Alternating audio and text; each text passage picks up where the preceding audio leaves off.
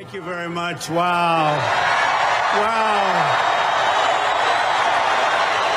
That is so beautiful. Thank you. What a great song, too, by the way. Do we like that song? I think so. I think so. I'd like to use it all the time, but it only seems to work well in West Virginia, right? So I am thrilled to be back with all of my friends in the great state of West Virginia. Thank you. This was a big victory. We won by 42 points. That's pretty big, right? 42 points. Over a Democrat, right? Over a Democrat. They didn't do too well. And the people of West Virginia, they're loyal, they're hardworking, they're true American patriots. Remember that. They are great. They are great people. They're my friends. Thank you very much. I love you too. Guy, it's a guy, but I love you too. You're proud of our country. You're proud of our history. And unlike the NFL, you always honor and cherish our great American flag.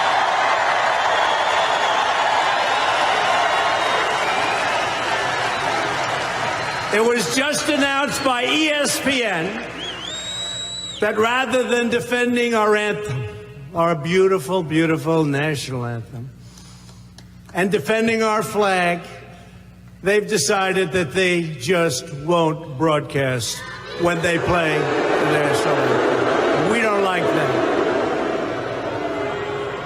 So while the players are kneeling, some of them, not all of them at all, you're all proudly standing for our national anthem. Thank you.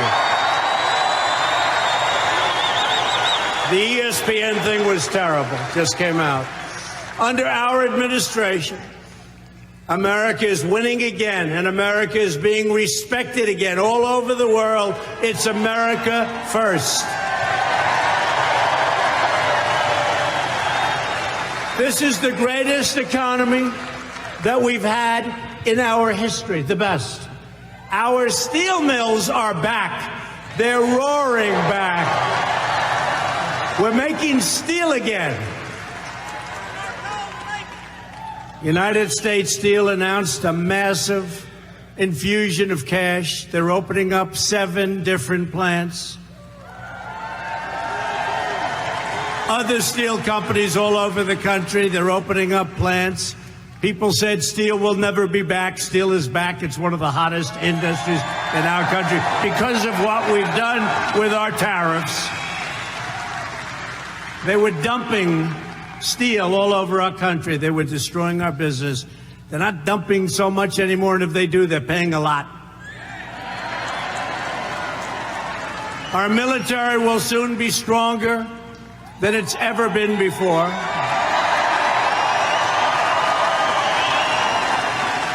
We're taking care of our amazing veterans.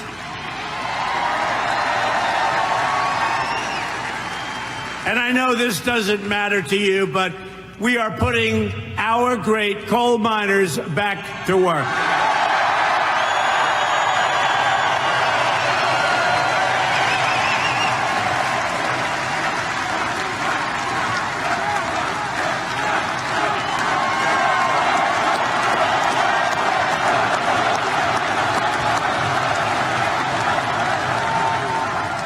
Great people, great people. Brave people. I don't know how the hell you do that, I'll tell you. You guys have a lot of courage. But we love clean, beautiful West Virginia coal. We love it. Right. And you know, that's indestructible stuff. In times of war, in times of conflict, you can blow up those windmills. They fall down real quick. You can blow up those pipelines. They go like this, and you're not going to fix them too fast. You can do a lot of things to those solar panels, but you know what you can't hurt? Coal. You can do whatever you want to coal. Very important. And we're working now on a military plan. That's got to be something very special. So I'm honored tonight to have a friend of mine. He was a Democrat, and I don't want to say because of me. Let's say it's because of policy. He decided to become a Republican, and he's a great Republican. And I want to bring him up if I could. Can I bring up your governor? He is the largest, most beautiful man, Governor Big Jim Justice.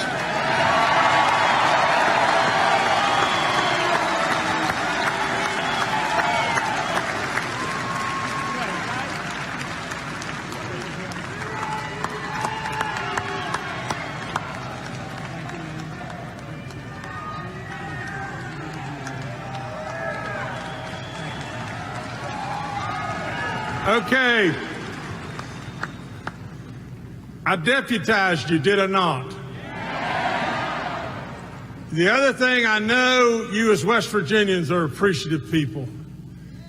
Now just think, we know what this great man right beside me has done for us.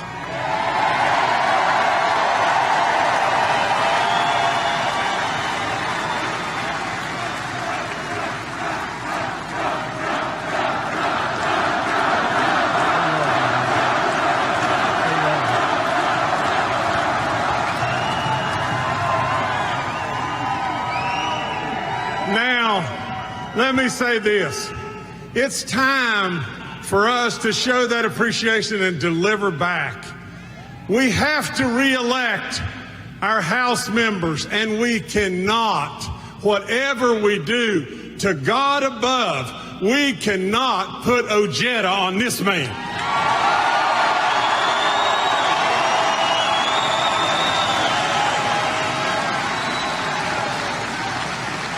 But it goes further than that. Patrick Morrissey is a little behind right now. He needs you. He needs all of you. He needs you to go out and be warriors and deputies for him. He can win this, and this man needs him. So I would say, God bless this great man. God bless this great country, and thank you for having me.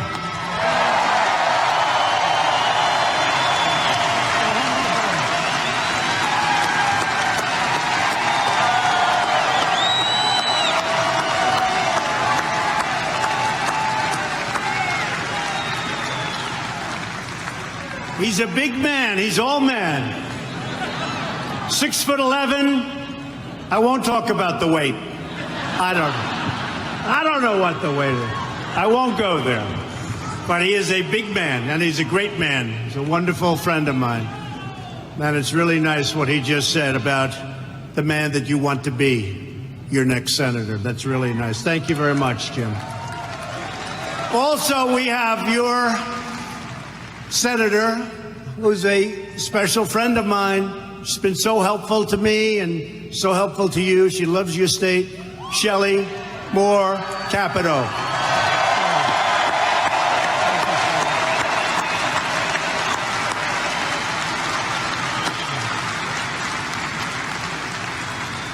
Congressman David McKinley, Alex Mooney, and Evan Jenkins. And Evan, you put up one hell of a fight. Thank you, Evan. Boy, you were something.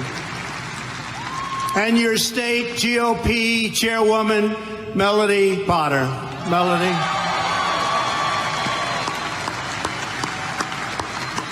Thank you. Thank you, Melody.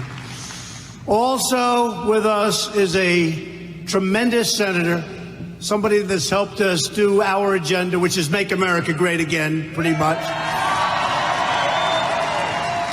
And we have a lot of different names. And you see, promises made, promises kept. They're copying it now, the Democrats. They're copying it now. Promises made, promises kept. They're copying it. But what are you going to do? But this is a man that really, he makes a promise and it's 100% good. He's tremendous and done so much. He's from a place called Colorado. And he's helping to lead our campaign. to elect more Senate Republicans like the man we're going to elect in West Virginia, Cory Gardner. Thank you, Cory. Thank you, Cory. Great job. Doing a great job. Thank you. And we're thrilled to be joined by the next House members from West Virginia's 3rd Congressional District, a woman that works very hard for you, Carol Miller. Carol.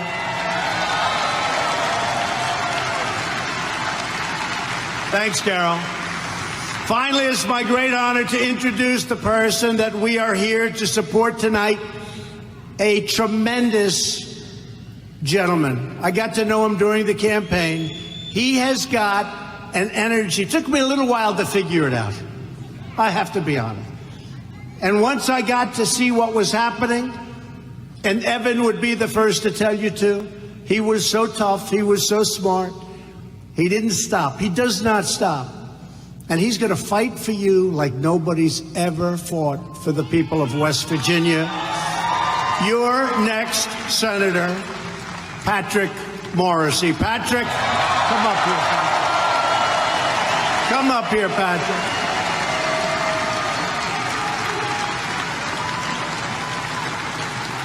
Come up here, Patrick. Come.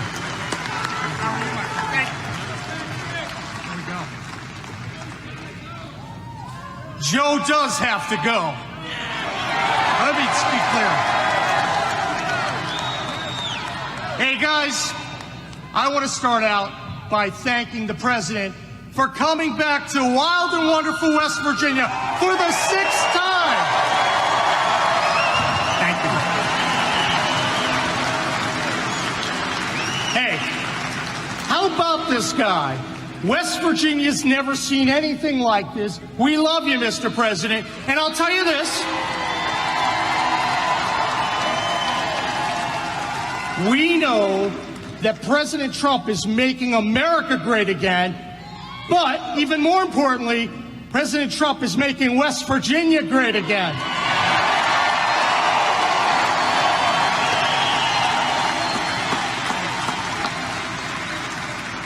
Look, tonight, we're joined by some of the Mountain State's finest coal miners. Can you stand up? A round of applause for our hard-working coal miners.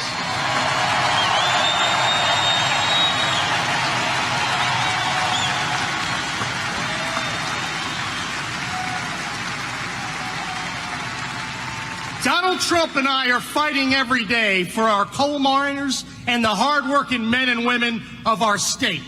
He's trying to get the man off your back, and I'm working every day to help him do it. Amen. But I'll tell you what, one of the best ways I can help President Trump is to have you send me to the U.S. Senate, where I'll be a big ally of this president.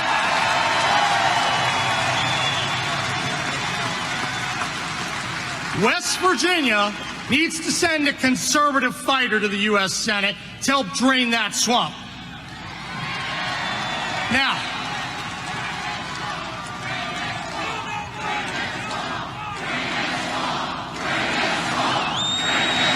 it's pretty good.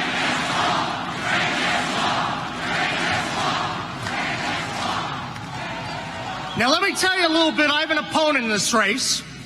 His name is dishonest liberal Joe Manchin. And let me be clear, liberal Joe is no supporter of this president. Manchin strongly supported and voted for Hillary Clinton after, ready? All right, hang on. After she said, we're going to put a lot of coal miners and coal companies out of work.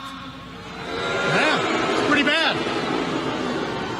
Manchin even called Hillary warm, compassionate, engaging, tough. Can you actually believe that?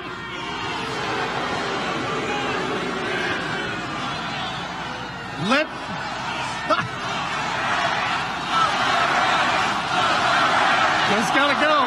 Joe has to go.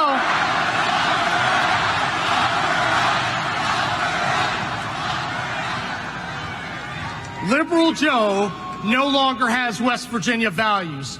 Let's go through the record. Manchin was for Obama. Manchin was for Hillary.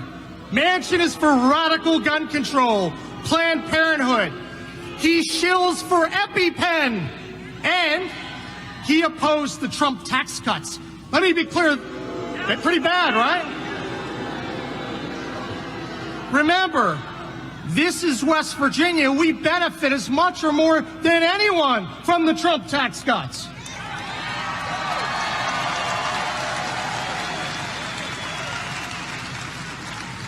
Joe Manchin no longer has West Virginia values, period. When I get to the U.S. Senate, I'm going to be a strong ally of President Trump.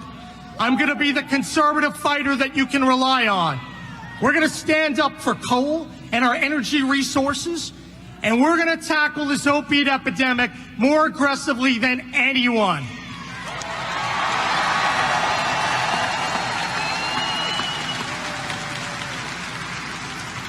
It's my honor to be here tonight and be on the same stage with the President.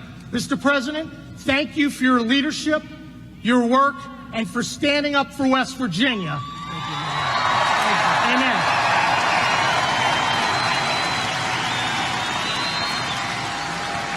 Together, we're all going to help this guy make sure not only that we make West Virginia great again, we continue to make West Virginia great again. Best way to do that?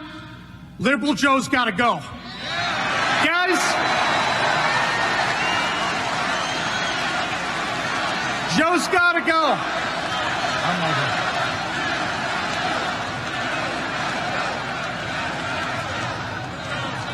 And now I will turn this back over to the big man who you're here to see. Amen, brother.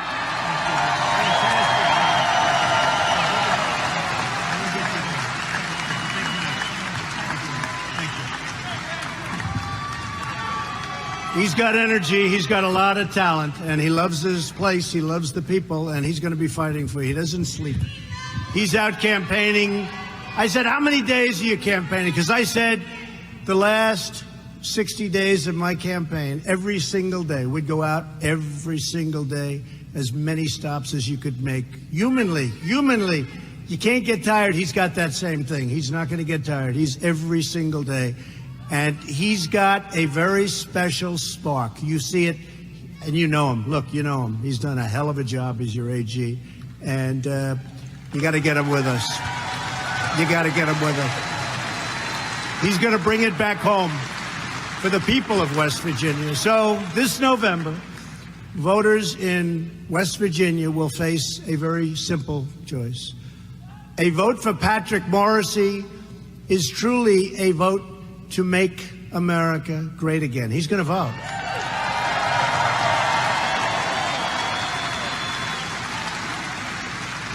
And I like Joe, but Joe doesn't vote. He just doesn't vote for us. It's a vote for Schumer, Nancy Pelosi, their new leader, Maxine Waters. But between Waters and Pelosi, you have two people that are in charge of Congress. They're not in favor of West Virginia. They don't know that West Virginia exists. They don't like coal. They don't like energy. And they don't like her.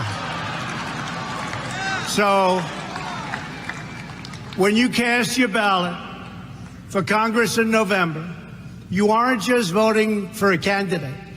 You're voting for which party controls the House and which party controls the Senate. So all these Congress people, and I'll tell you, we have to get there. We really have to get there. So I'm going to be going out as many days as I can, and I'm allowed to.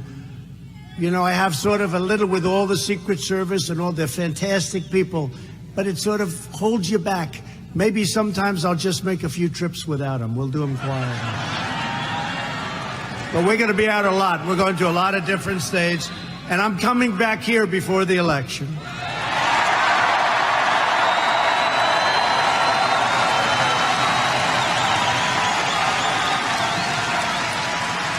And it's a very close election. You know, a lot of people don't realize there's a 6-point spread. 6 points could be ended by this evening. He could be up by 12. You've seen what's been happening.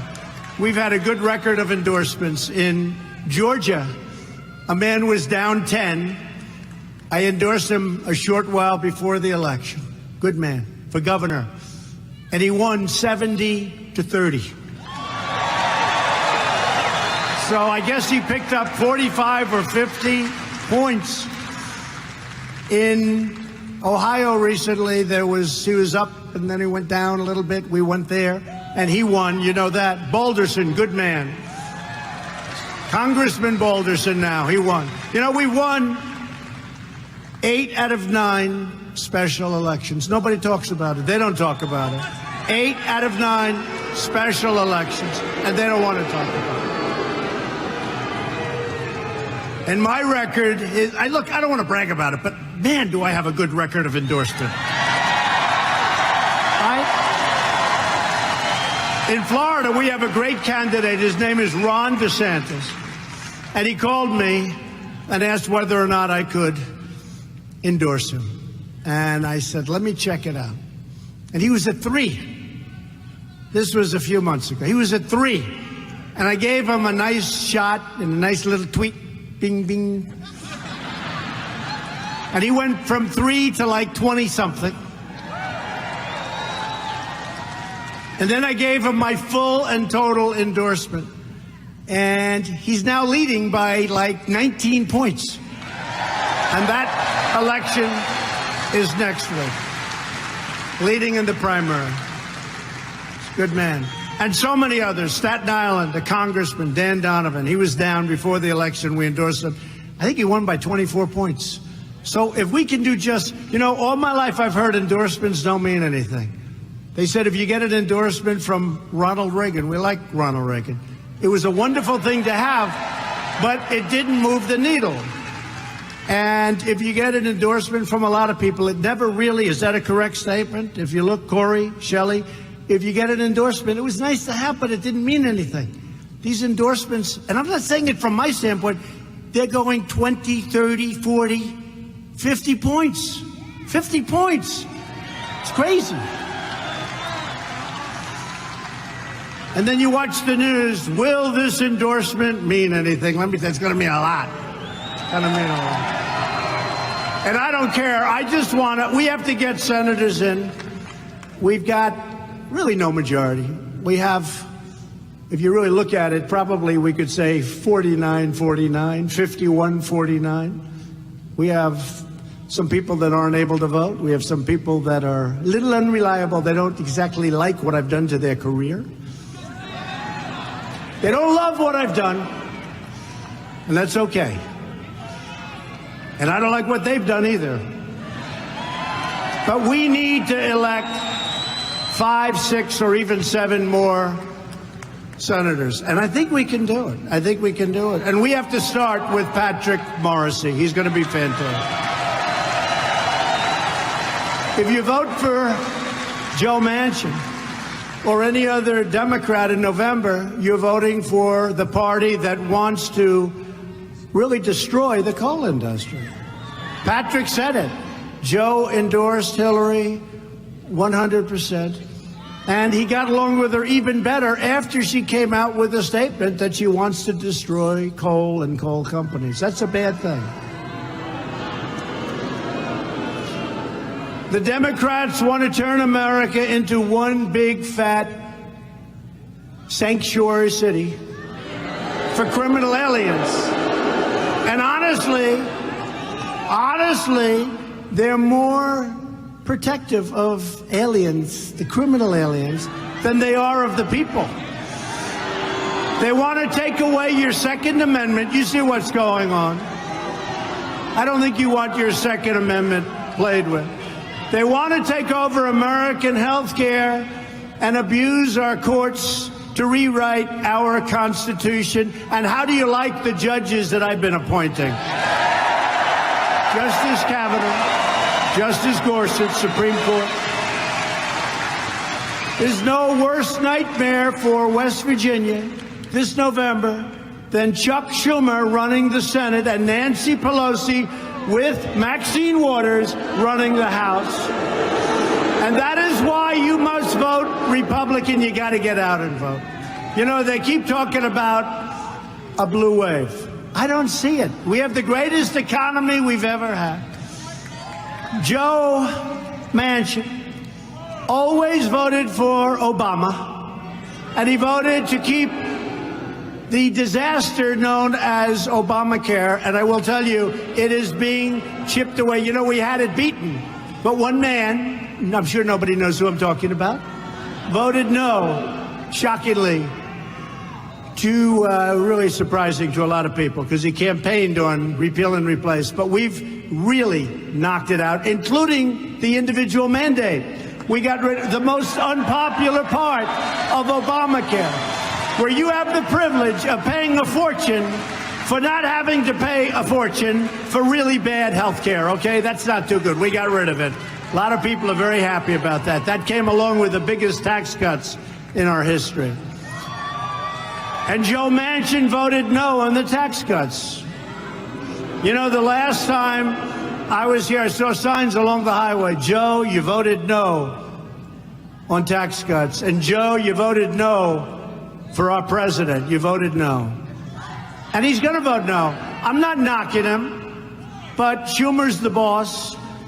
And he may give us a vote on Justice Kavanaugh. He should. Everybody should. I mean, here's a guy. Is this central casting? This is what we want. This is a great, brilliant man. But Joe's just not voting with us. He's voting against your tax cuts. He voted against repeal and replace. He votes against the things that we want. And he votes against the people of West Virginia. You can't do that. You know, Joe opposed the wall, and he opposed the travel ban. And by the way, the wall, right now, that wall is coming along. We're over $3 billion. It's moving along very nicely. Very nicely. And if you think it's easy with these people, it's not easy. It's not easy. We're getting the wall built. It's going up. We're getting it built. And we have a big number in right now.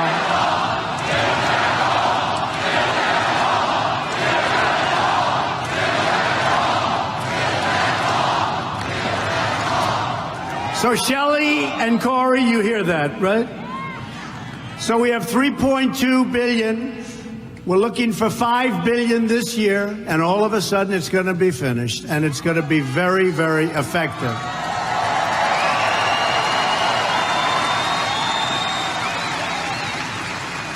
You heard about today with the illegal alien coming in, very sadly, from Mexico. And you saw what happened to that incredible, beautiful young woman. Should have never happened. Illegally in our country. We've had a huge impact, but the laws are so bad. The immigration laws are such a disgrace. We're getting them changed, but we have to get more Republicans. We have to get. This election is bigger than any one race. It's about whether we want to continue the amazing progress we've made for America, or whether we want to surrender that progress to the forces of extremism and obstruction. You know, their little phrase that they like, resist. That's all they're good at. They have no policy. They're not good politicians, but they're good at sticking together and resisting. I have almost 400 people that haven't been approved by they're slow walking. You know what's slow walking? They're slow walking them. We have almost 400 people in our administration, people that gave up their careers, that have been waiting over a year to get approved, and they're being slow walked by the Democrats. It's never happened that way in the history of our country, and it is a disgrace. It's a disgrace. The Democrat Party is held hostage by the so-called resistance, left-wing haters and angry mobs. They're trying to tear down our institutions, disrespect our flag, demean our law enforcement, denigrate our history. and disparage our great country, and we're not going to let it happen. New York's Democrat Governor Andrew Cuomo even declared that America was never great. Oh, I see. Okay. Tell that to our great soldiers at World War I, World War II, Korean War, so many others. Tell them to the folks that sent a rocket up to the moon and our great astronauts. Tell them to all of the great medical research we've done in this country. And he says America was never great. I would imagine that's career-threatening, right? I would imagine. How did he get away with that one? Did you hear? He was speaking to a room loaded up with socialists and probably others. Probably others. No, not communists, but they could have been a couple of them, too. And he made the statement that America was never great. And they go, did you hear? They go, whoa, whoa. Well, they couldn't even believe it. Now, that's job-threatening. His comments are an insult to the generations of brave Americans whose blood and sweat and tears built our magnificent country. So this November, you can either vote for the party that says America was never great. That's going to be their theme now. America was never great. Hey, let's do that. You know, they copied mine. Promises made, promises kept. Let's give them a new theme. Quote, America was never great. That's the Democrats' new theme. Can we do that? Yeah. We'll retheme their party. Or you can vote proudly for everything that we stand for. We're the greatest country in the world, and we are now the greatest economy that we have ever had. We're the greatest economy in the world. We've gone up $10 trillion in value since my election.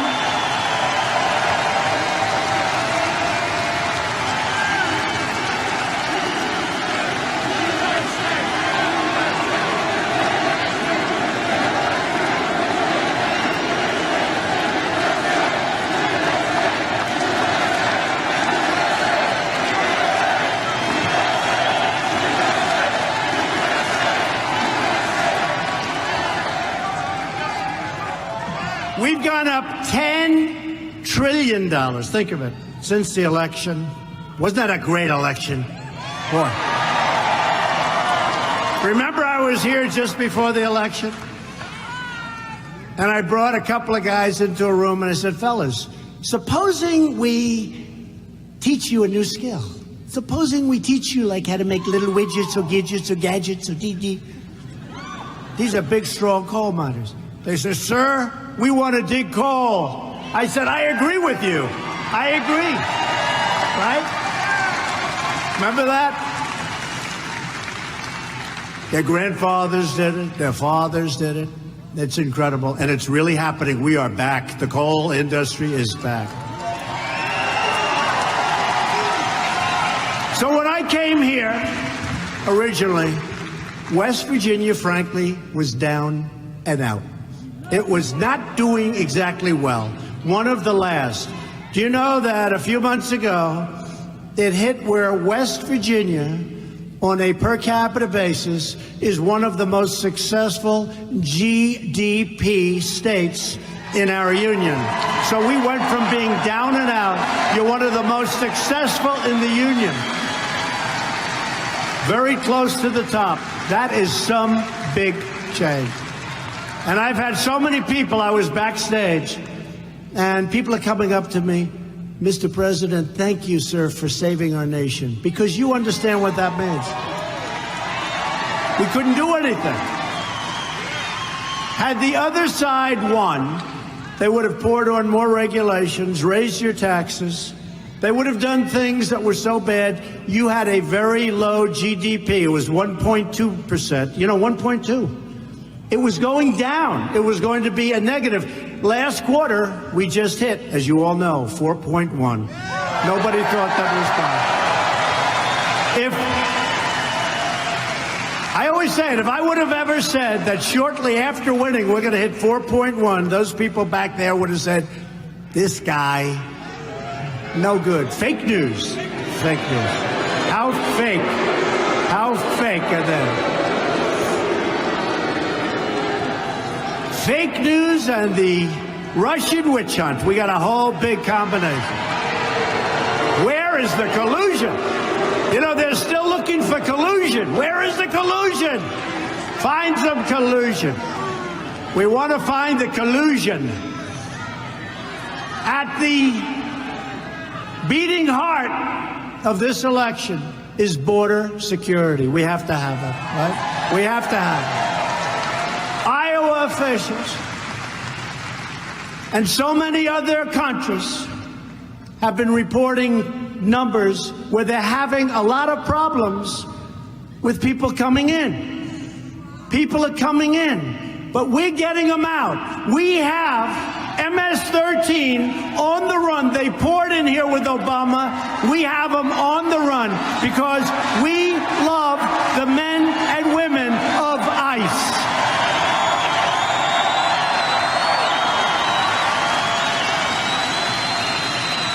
A blue wave in November means open borders, which means massive crime.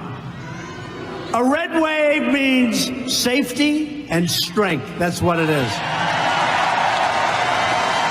The new platform of the Democrat Party is to abolish ICE. A vote for any Democrat in November is a vote to eliminate immigration enforcement, throw open our borders, and set loose vicious predators and violent criminals. They'll be all over our communities. They will be preying on our communities. Yet while many Democrats are calling to abolish ICE, today our brave ICE officers successfully carried out a 14-year-old deportation order against a Nazi criminal who was living in New York, the last known Nazi officer living in the United States. They've been trying to get him out for decades. President Obama tried. They all tried. We got him out. Gone. He's gone. He's back in Germany. ICE officers are heroes who uphold our laws, and they really do. They uphold our laws, and they defend our communities like nobody you've ever seen. And yes, they're tough, they're strong, they're smart, they have great heart, but they go into these communities loaded up with the kind of criminals you don't want to be dealing with. They walk in like it's another day in the office. They're tougher, they're stronger. It's what these other people fear. And by the way, our ICE folks and our Border Patrol folks, they have no fear. The job they do is incredible. And by the way, while we're at it, law enforcement, these are great, great people, and they're doing an incredible job. Right? Every single day, ICE is tracking down gang members, drug dealers, predators and killers, and we're either throwing them in jail or throwing them the hell out of our country.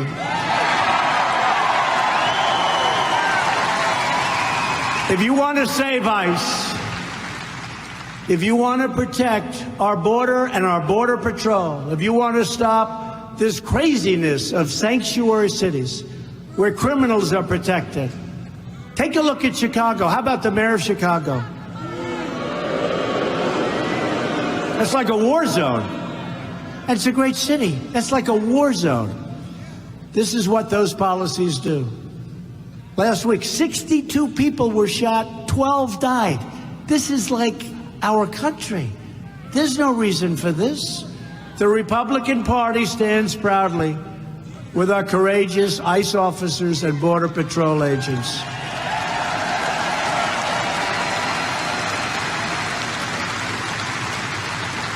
And by the way, you know who wants the wall more than any of us? ICE and Border Patrol, because they know that's going to be a big, big factor in stopping the drugs from coming in. The human traffickers, which is worse all over the world than at any time in the history of our world. Human traffickers. Who would believe? And it's because of the internet. This election is about security, and this election is also about jobs. We have produced. Thanks to Republicans, our economy is booming like it has never boomed before. We've created another number that nobody would have believed if I said it during the campaign. 4 million new jobs since the election. Nobody would have believed it.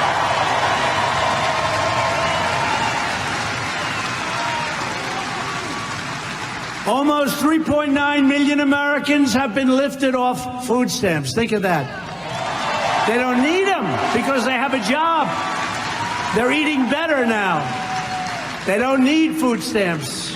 Almost 4 million. Think of it. Last year in West Virginia, per capita income grew 40% faster than the national average. 40%. Congratulations. Congratulations. I told you last time I was here, you weren't so happy like you are now. We've added over 400,000 new manufacturing jobs nationwide. That number is soon going to exceed 600,000. And our opponent said, there's no such thing as manufacturing jobs anymore, right? And I'd say, oh, I see, we're not going to make things anymore. Think of it. We'll be close to 600,000 very soon. We have companies pouring in to our country. They're coming back. These are companies that left. They're coming back to Michigan. They're coming back to West Virginia. They're coming back to Pennsylvania and Ohio. They're coming to Florida. They're coming back. Not just opening, they're coming back. They left, and now they're coming back because they want to be where the action is. And the action is in the United States of America. So the economic growth, as I said, when it hit 4.1%, everybody was like, that's amazing, except me, because it's going to go much higher than that. When I finish these trade deals, and the tariffs are very important, these companies come in, and I say to the European Union, very nice people, I say, Jean-Claude, we'd like to negotiate a new trade agreement with the European Union. We lost $151 billion over the last number of years per year. Does anyone know what $151 billion per year is? And he very respectfully said, Mr. President, but we are very happy with the deal. I said, I'd be happy if I were you too. I'd be very happy. I said a second time, a third time, and a fourth time. But they were happy with the deal. But we weren't happy because they have barriers up and because they have tariffs. All the things we don't have. You want to build a car and send it to Europe. How many Chevrolets are there in the middle of Berlin? Not too many. Maybe one? I doubt it. I don't think you could find the one. So they have barriers. So I said, come on, let's go. And then he said, no. I said, listen. And I said this to numerous countries. I mean, in all fairness, I don't want to single out anybody, but I said it to numerous. I says, listen, here's what we're going to do. It's all about the cars. It's all about the cars. Tremendously big industry. We're going to put a 25% tax on every car that comes from the European Union into the United States.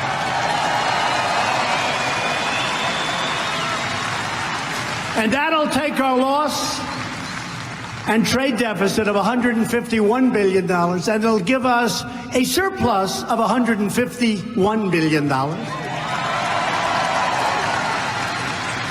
That's a fairly dramatic swing.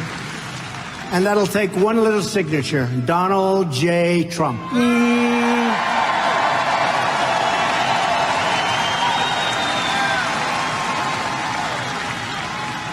And I got a call. Mr. President, when can we meet? Would like to see you. And they came and very respectfully were working on a deal. But this is happening all over. With China, I have great respect for President Xi. Great respect. Tremendous respect for China. but they have taken advantage of our country for decades. We have rebuilt China. We have rebuilt China. I used to talk about this. I didn't press it initially because I wanted them to help us with North Korea, and they have. And they have. And we're doing well with North Korea. You know, these guys, it's been, what, 3 months since I left? These guys say, what's happening with North Korea? Hey, folks, they've been doing this stuff for 75 years, 3 months. What happened? I can tell you. And I got along very well with Kim Jong-un, and really well. Good chemistry. But I can tell you, there's been no missile launches. There's been no rocket launches. We got the hostages back.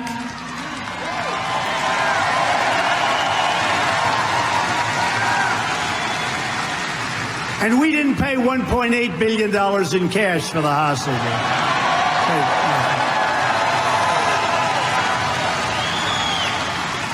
There's been no nuclear tests. And they say, what's taking so long? I said, for 40, 50, 60 years, but during the nuclear age, for 25 years, you've been working. And nobody complained about the fact that President Obama was unable to do anything with North Korea. And he considered it like, just read the papers, you'll see what he considered it. So I've been 3 months. I have a very good relationship with Chairman Kim. We'll see what happens. Who knows? Can I be honest? Who knows? But I haven't taken off the sanctions. We have massive sanctions. I want to take them off quickly, but they've got to get rid of the nukes. They've got to get rid of the nukes. Got to get rid of the nukes. But who knows what's going to happen? I mean, maybe it'll work out, but I think we've done a good job, in a short period of time. You remember it started off extremely hostile. Remember they said, he's going to get us into a war. They thought my rhetoric was too strong. You remember. I won't say it because I don't want to insult Chairman Kim. But you remember. Mom, you remember. Elton John. I don't want to insult, so I'm not going to mention it. But the fake news back there said, he is going to get us into a war. He's crazy. This guy is crazy. Our president is crazy.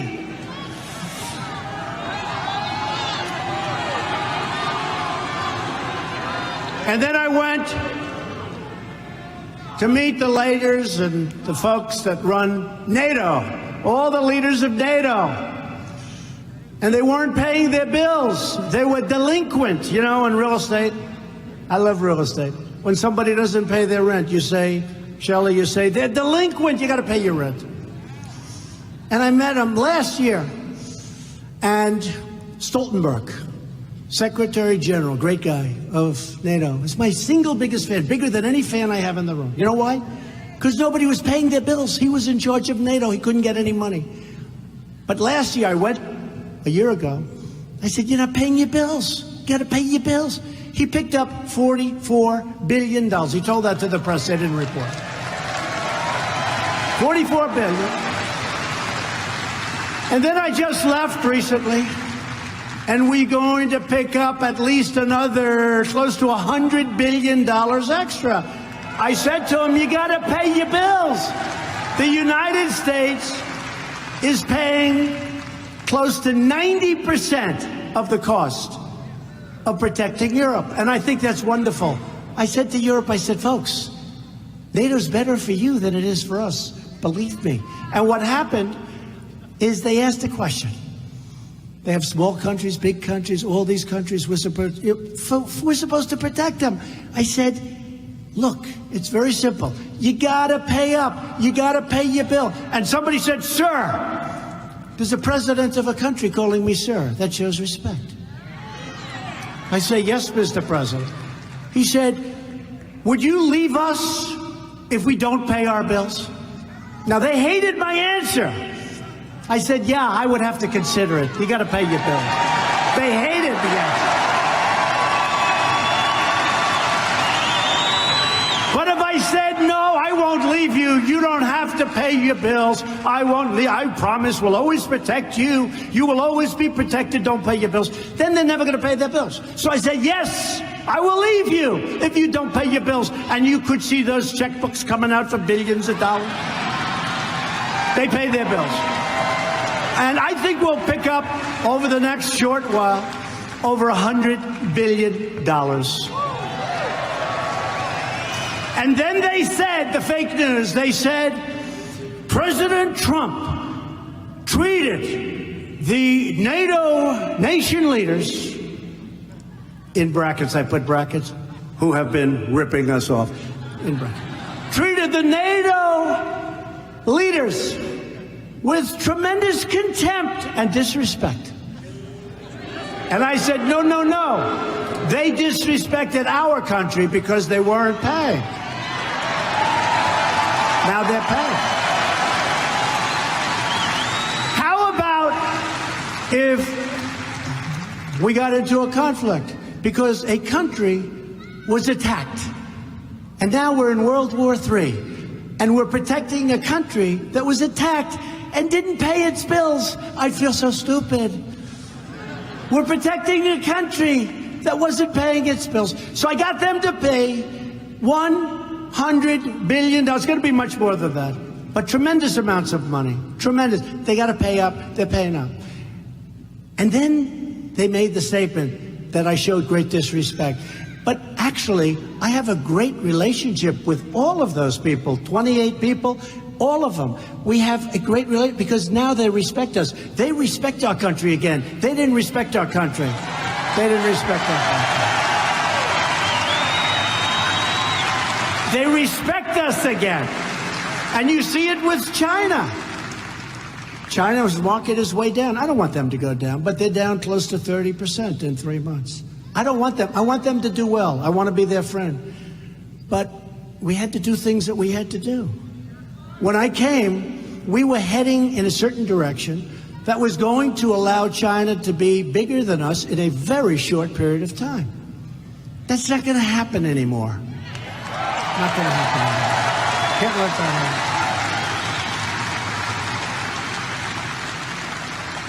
The long winding road, you know, the long winding road. And I have tremendous respect for China. I mean, the energy, the genius, it's incredible what they've done. And hopefully we're going to have a great relationship. But we can't do it. It's got to be a two-way street. We have only one-way streets. Not only China, with everybody. It's a one-way street. Our enemies, our friends, our allies. I mean, our allies treat us worse than our enemies. Believe it. So it's all changing. And when we get those trade deals done properly, and you know what bothers me? I have people coming to me, some people in Congress, sir, can you get this deal done immediately? I said, it doesn't work that way. I don't want to go too fast. The deal's not going to be any good if we do that. We got to take time. It's got to gestate, right? The word gestate. It's like when you're cooking a chicken.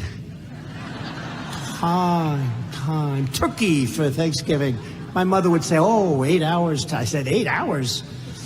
She made the greatest turkey I've ever had. Takes time. Takes time. So when they run and they say, oh, can you do NATO right now? Could we sign it next week? I said, wait a minute. Look, I like Mexico. I like the new leader. I think he's going to be terrific. A little different than us. I think I'm doing better with him than with the capitalist. But he knows that Mexico needs the United States. They need the United States. Canada charges us close to 300% tariffs for dairy products going into Canada, which is essentially saying, we don't want your dairy products. This is a wall. They have a wall in a different way. It's called an economic wall. I don't want that. I said, Justin, I mean, I don't want to have too much fun with you, Justin. You can't do that. Justin Trudeau, nice guy. But they've taken advantage of us for so many years that we have to take our time. But with that being said, we're doing very well. We're on our way with a good deal, a fair deal. I don't want a good deal. I want a fair deal for both of us. Fair with Mexico.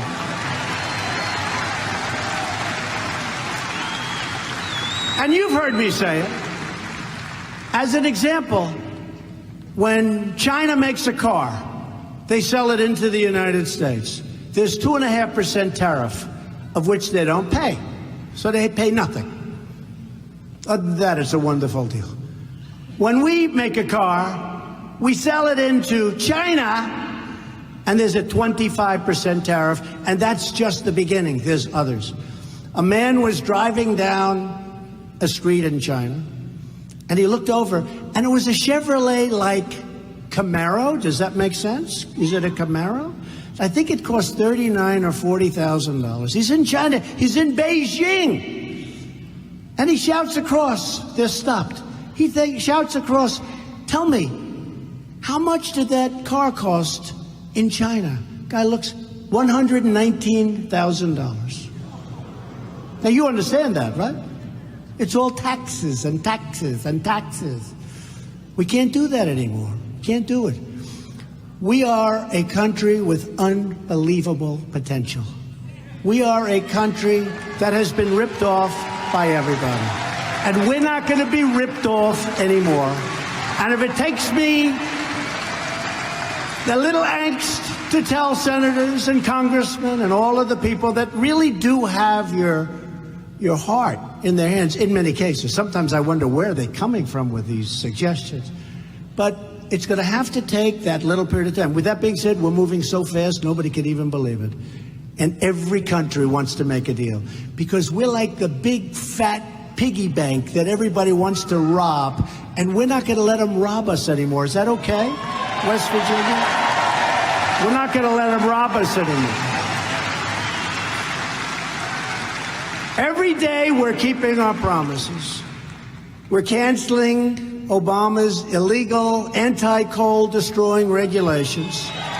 The so-called Clean Power Plan. Doesn't that sound nice? Clean power.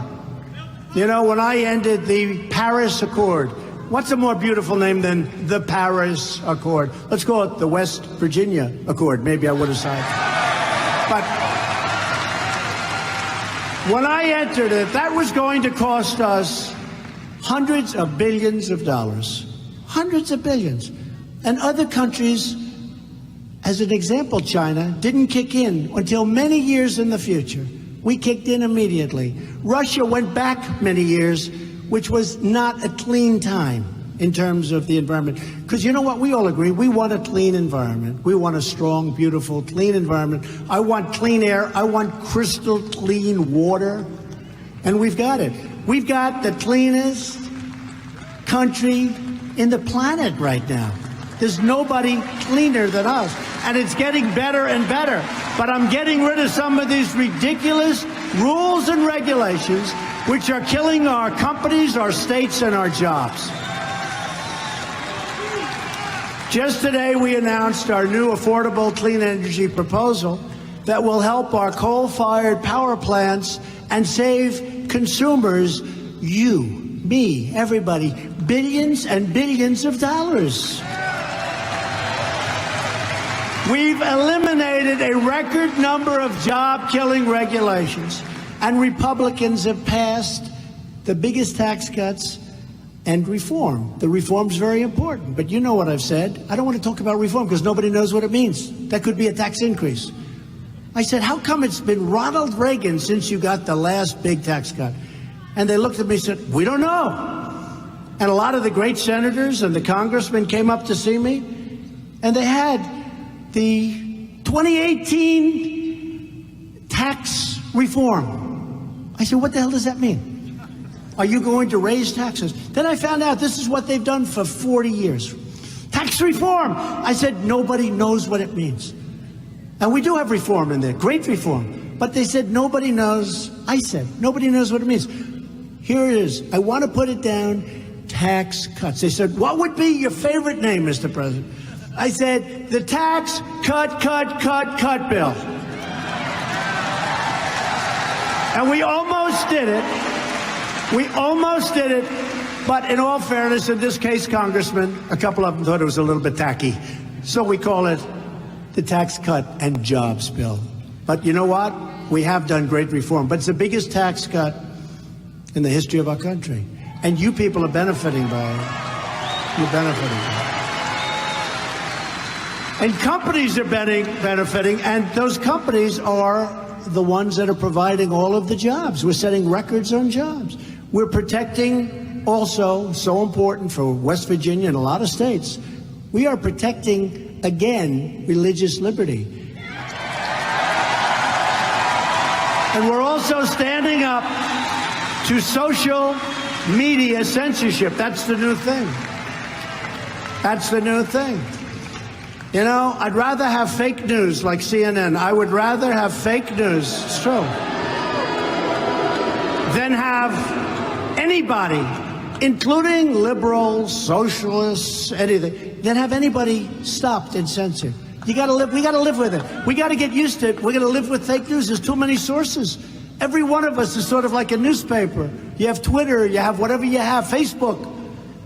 But everyone, you can't have censorship. You can't pick one person and say, well, we don't like what he's been saying, he's out.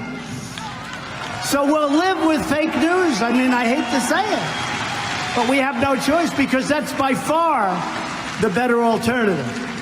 You can't have people saying censorship because you know what? It can turn around. It can be them next. It can be them next. We believe in the right of Americans to speak their minds. We repealed the core of Obamacare, I told you, individual mandate, because we want to give critically ill patients, we have to give them access. We have to give health care to people. We want the right to try. Do you know what the right to try is? They've been trying to get this for 40 years. They couldn't get it. A person is terminally ill. They're terminally ill. They're really sick. And I know people, if they have money, they travel all over the world to try and find a cure. If they don't have money, they die. They die. We have the greatest scientists in the world. That's why China and so many other people, they're trying to steal our technology. We can't let them happen. But we have so many people that want to be able to give, it's like hope. Right to try. I love the name. It's a right to try. They never had it before. So a person's terminally ill, and we have a great new drug, but it's going to take another 2-3 years to have it approved. Okay? Maybe longer. But the tests are really looking good. And this person is very sick. And this person is going to be dead in 90 days. And we couldn't get that drug for that person, no matter who you were. And I said, wait a minute, what's the story with this? Now, there were a lot of complications because the insurance companies had problems, the medical companies had, everybody. A lot of people didn't want them in the stats, horrible things. But I said, well, what's going on? We're going to take the right to try, and we went through, with the help of Corey, with the help of your great, wonderful, you are a coal lover, aren't you, huh, Shelley? But with the help of Shelley, soon to be with the help of Patrick. Patrick's, he's going to get a lot of things. He's going to get it. We got it approved. So now, if we have a great drug that hasn't been approved and somebody has a certain illness, they're going to be able to try. And you know what? Some of the drugs we have in the pipeline are amazing. It's going to work for a lot of people, and it's going to give them hope. It's going to give them hope. Big thing. We've just secured $6 billion to fight the opioid epidemic, and I know in West Virginia that's a big deal, right? That's a big deal. We confirmed a record number of circuit court judges. It's a record, and it's going bigger and bigger. We have a lot of them in the line if Schumer would ever get them approved. He's not exactly thrilled about approving them, that I can tell you. We confirmed the great Neil Gorsuch to the Supreme Court of the United States. And as I just said, Justice Kavanaugh is doing great. Looks like, I don't know, very tough. Central casting. How do you vote against him? But the Democrats may find a way. We've secured a record $700 billion for our military this year and $716 billion for next year. Billion with a B. Our military will be stronger and bigger and better and more sophisticated than it's ever been. And hopefully we'll never have to use it. You know, get a lot of good fighters out here. I see some of them. I know some of them. And the one thing about a fighter or a nation or whatever you want, the stronger your military, the better chance you have of never having to use it. We don't want to use it. We don't want to use it.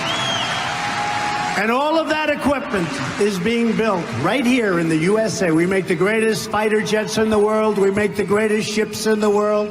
We make the greatest missiles and rockets. Nobody does it like us. And in my direction, the Pentagon is working hard to create the sixth branch of the American Armed Forces, the Space Force. That's very exciting. We need it. That's the new frontier. And I'm not just talking about sending rockets to the moon. I'm talking about militarily. That's where it's at. Thanks to the leadership of UN Ambassador Nikki Haley, we've reduced the United Nations spending by $1.3 billion, saving U.S. taxpayers $350 million. Just came out, but nobody wants to write it. We just passed a landmark VA accountability law. That's where people that don't treat our vets properly, we look at them and we say, you're fired, get the hell out. 45 years they've been trying to pass it. 45 years they've tried to pass it. We also passed Veterans' Choice so that if our veterans can't get the care they need, they have the right to see a private doctor. They don't have to wait in line for 3 weeks, 4 weeks, 8 weeks, 2 months. I withdrew the United States from the horrible Iran nuclear deal.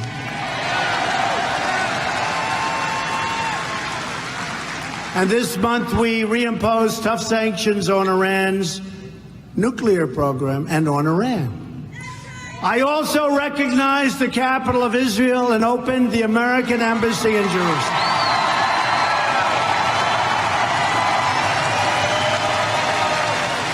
And I understand now what happened. Because every president, many presidents, they said, we're going to do it. We're going to move our embassy to Jerusalem. It's going to be the capital of Israel. And we're going to do it. We're going to do it. And then they don't do it. Politicians, they don't do it. So I said, I'm going to do it during the campaign. I said it right here in West Virginia. And I now understand why many presidents before me said they were going to do it and didn't do it. Because I was inundated with calls from foreign leaders. Every country, don't do it, don't do it, don't do it, please don't do it, don't do it. And so actually what I did, I was about 5 days off. I stopped taking calls. I said, I'll call you back next week. Because I knew what they were going to ask me. It's much easier to say, oh, gee, I didn't know you were calling for that reason. So I approved it. And it should have been done years ago. And if there's ever going to be peace, remember I said it, with the Palestinians, it was a good thing to have done because we took it off the table. Because every time there were peace talks, they never got past Jerusalem becoming the capital. So I said, let's take it off the table. And you know what?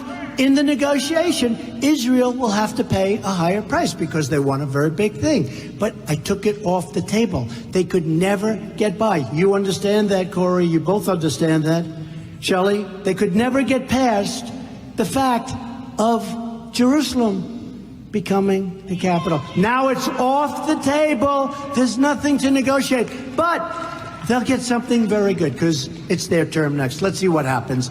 It's very interesting. I've always heard that's the toughest deal of all deals.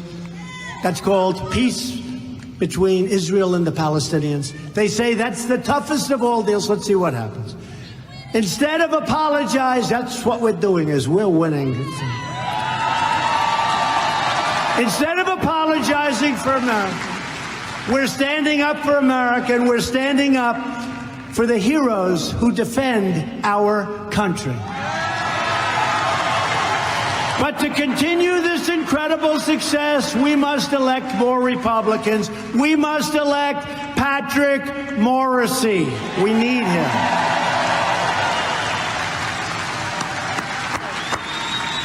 We need Patrick. So get your friends, your neighbors, your co-workers, your family members. Get the people that love our country and get out to vote. We need his vote so badly. We need his energy. You're going to see. This guy has energy. Loyal citizens like you helped build this country.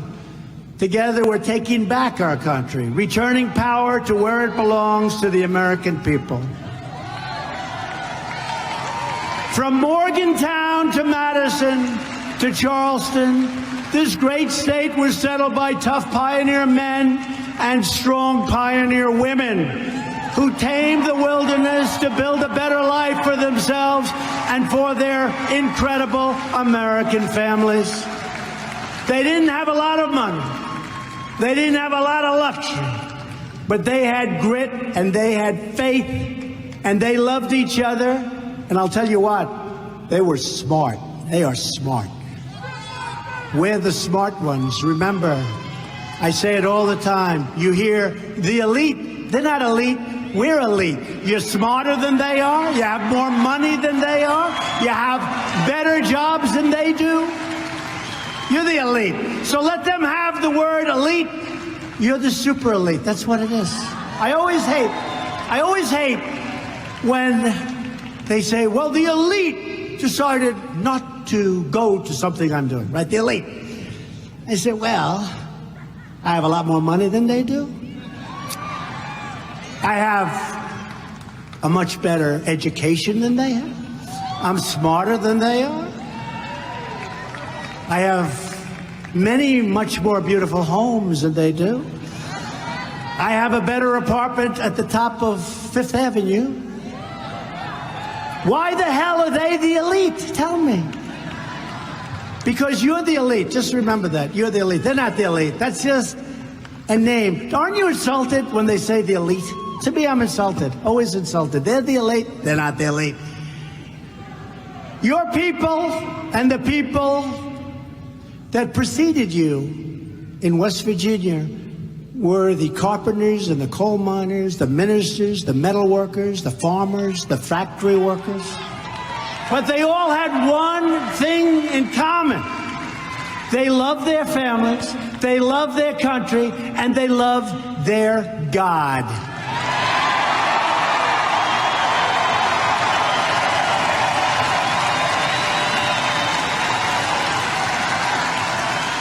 We stand on the shoulders of generations of American patriots who knew how to fight, and they knew how to win. We're winning again. We're winning again.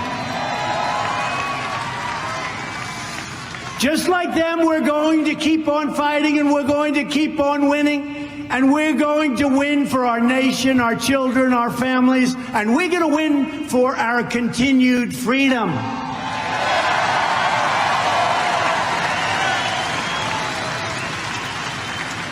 I joke that I'll have Patrick Morrissey coming to me soon. He'll be your senator. And he'll say, Mr. President, the people of West Virginia can't stand winning so much.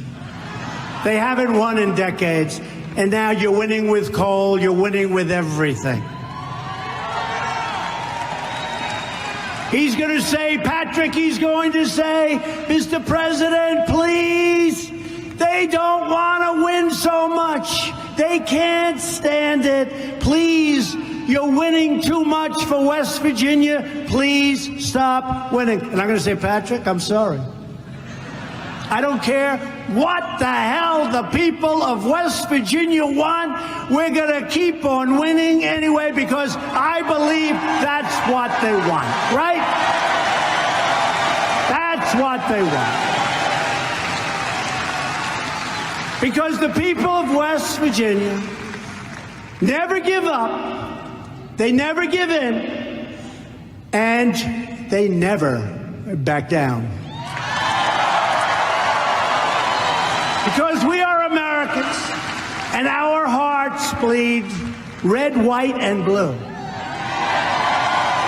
We are one people, one family, and one glorious nation under God. And together, we will make America wealthy again. That's happening. That's happening a lot faster than the fake news ever said it could happen. We will make America strong again. We will make America safe again, and we will make America great again. Thank you, West Virginia.